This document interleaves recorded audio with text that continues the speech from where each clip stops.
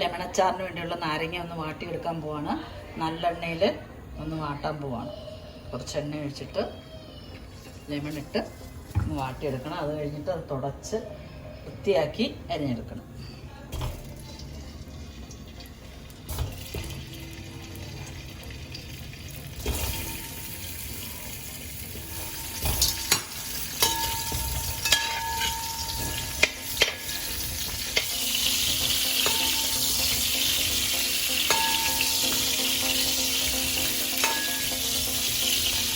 നല്ലെണ്ണയിൽ വാട്ടുന്നതിന് പകരം ആവിയിൽ വേണേൽ ഇത് പിഴിഞ്ഞെടുക്കാം.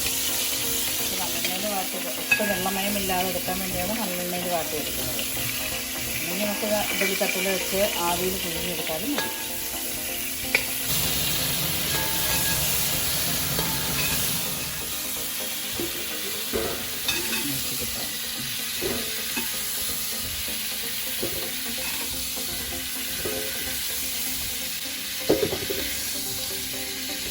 ഇനി ഇത് വൃത്തിയായിട്ട് തുടച്ച് കഴിഞ്ഞിട്ട് വേണം ഇത് അരിഞ്ഞെടുക്കാൻ. തുടച്ചെല്ലാം കളയണം. ഈ എണ്ണമയവും നാരങ്ങ നീര് എല്ലാം തുടച്ച് കളയണം. അല്ലെങ്കിൽ കയ്പുണ്ടാവും നാരങ്ങയ്ക്ക്. തുടച്ച് വൃത്തിയാക്കിയതിന് ശേഷം വേണം ഇത് അരിഞ്ഞെടുക്കാനായിട്ട്. എണ്ണയിൽ വാട്ടിയ നാരങ്ങ അതിനകത്ത് നാരങ്ങ നീരും എണ്ണയും ഒക്കെ ചേർന്ന് കരിഞ്ഞു പിടിച്ചിട്ടുണ്ടാവും. അത് നന്നായിട്ട് വൃത്തിയുള്ള തുണി കൊണ്ട് തുടച്ച് വൃത്തിയാക്കി എടുത്തിട്ട് വേണം അരിയാൻ.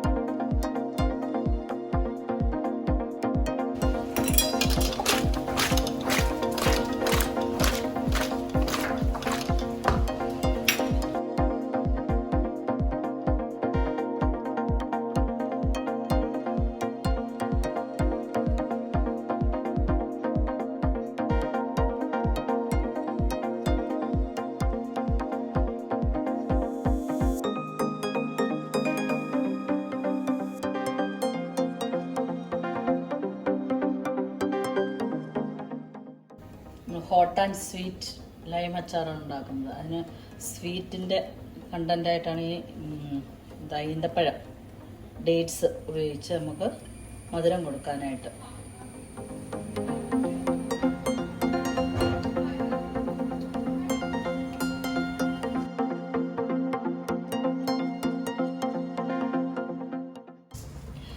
എള്ളെണ്ണ ഉപയോഗിച്ചാണ് നമ്മളിത് ചെയ്യുന്നത്.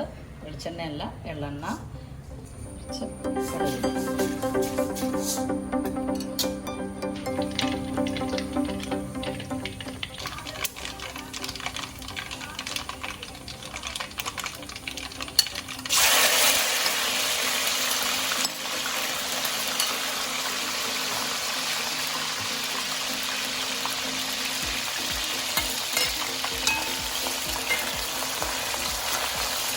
അടുപ്പിൻ്റെ ഫ്ലെയിം കുറച്ച് വെച്ചിട്ടുണ്ട്. ഉള്ളിയൊക്കെ ഒരുവിധം തുടങ്ങി. മുളക് പൊടി അതിനകത്തേക്ക് ചേർക്കാം.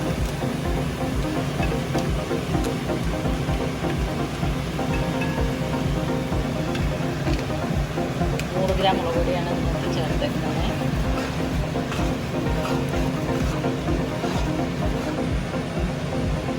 ഇത് ഉലുവയും കായവും കൂടെ പൊടിച്ച മിക്സാണ് ചേർക്കാൻ പോകുന്നത്.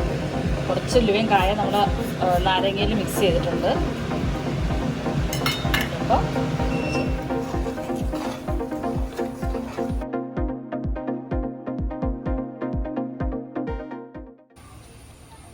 ഏകദേശം ഇപ്പോൾ 1 മണിക്കൂറായി ഇതിന് ഉപ്പിട്ട് വെച്ചിട്ട്.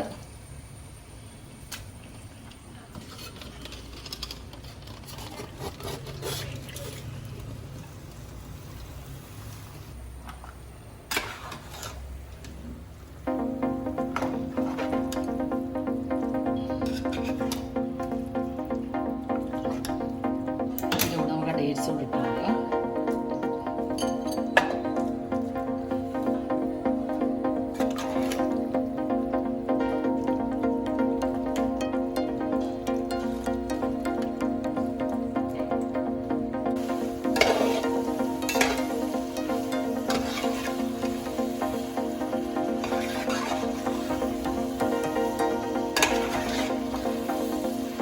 എരിവും പുളിയും എല്ലാം ചേർന്ന് വരുവാനായിട്ട് ഇച്ചിരി പഞ്ചസാര കൂടി ചേർക്കണം. ഡേറ്റ്സ് ചേർത്തിട്ടുണ്ട്, കുറച്ച് മധുരം കൂടെ ചേർത്താൽ എല്ലാം കൂടെ നല്ല ഏകീകരിച്ച്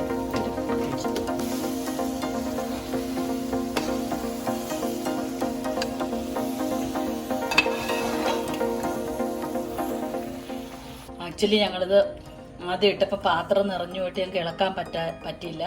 അത് കാരണം ഞങ്ങൾ അതിൻ്റെ പകുതി മാറ്റി വെച്ചിട്ട് പകുതി ഇളക്കി വഴറ്റി, അതിനുശേഷം അത് മാറ്റിയ ശേഷം ബാക്കിയും കൂടി ഇട്ട് വഴറ്റി ഇപ്പോൾ രണ്ടും കൂടെ ഒരുമിച്ചാക്കി ഈ പരുവാവുന്നവരെ നന്നായിട്ട് ആ എണ്ണയിൽ കിടന്നിത് വഴതണം. നാരങ്ങ ഇങ്ങനെ കുഴഞ്ഞ് ഈ മുളകൊക്കെ ഇങ്ങനെ നല്ല കളർ വരുന്നവരെ വൃത്തിയായിട്ട് നമ്മൾ ഇളക്കിക്കൊണ്ടിരിക്കണം. ആവശ്യത്തിന് ഉപ്പ് കുറവുണ്ടെങ്കിൽ എന്നിട്ട് ചേർത്ത് കൊടുക്കണം. അതിൻ്റെ കൂടെ കുറച്ച് പഞ്ചസാര ചേർത്തു. ഇനി നമ്മൾ ലാസ്റ്റ് ഇതിനകത്ത് ഇത്തിരി വിനാഗിരിയും കൂടെ ചേർക്കുന്നുണ്ട്. ഈ പരുവായി കഴിഞ്ഞാൽ നമുക്കിനി വിനാഗിരിയും കൂടെ ചേർത്ത് വാങ്ങി വെക്കാം. കള്ളനകത്ത് നിന്നുണ്ടാക്കിയ നാടൻ വിനാഗിരി, നാടൻ ചുറുക്കാന്ന് പറയും ഇവിടെ. സിന്തറ്റിക് വിനാഗിരി അല്ല ഉപയോഗിച്ചിരിക്കുന്നത്. വിനാഗിരി ചേർത്ത് കഴിയുമ്പോൾ ഉപ്പ് പാകമാണെന്ന് നോക്കണം. കാരണം വിനാഗിരിക്ക് പുളിയുണ്ട്. ഉപ്പ് കുറവാണെങ്കിൽ കുറച്ച് ഉപ്പും കൂടെ ചേർക്കണം. അന്നേരം നമ്മുടെ അച്ചാർ റെഡി ആയിരിക്കുകയാണ്. സൂപ്പറായിട്ട് എല്ലാവരും അച്ചാർ ഉണ്ടാക്കി നോക്കുക. കമൻ്റ് ഇടുക, ലൈക്ക് ചെയ്യുക, ഷെയർ ചെയ്യുക, സബ്സ്ക്രൈബ് ചെയ്യുക.